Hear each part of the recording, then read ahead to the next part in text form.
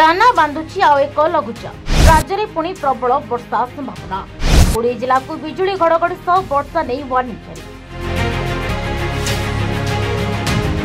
आज राज्य में पुणी प्रबल वर्षा संभावना वर्षा सह वज्रपात नहीं सतर्क कराइला पाणीपाग विभाग।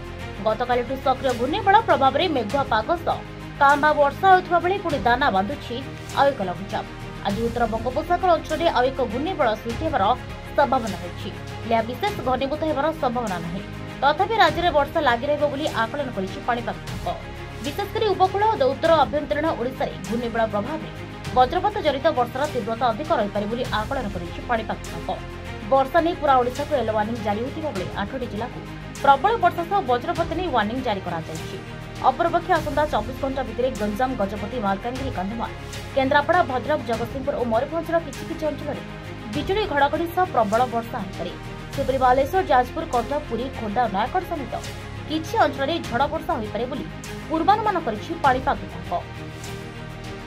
तेबे एभली किछि गुरुत्वपूर्ण खबर देखिबाकू चाहंती आम चैनल को लाइक सब्सक्राइब और शेयर करନ୍ତୁ।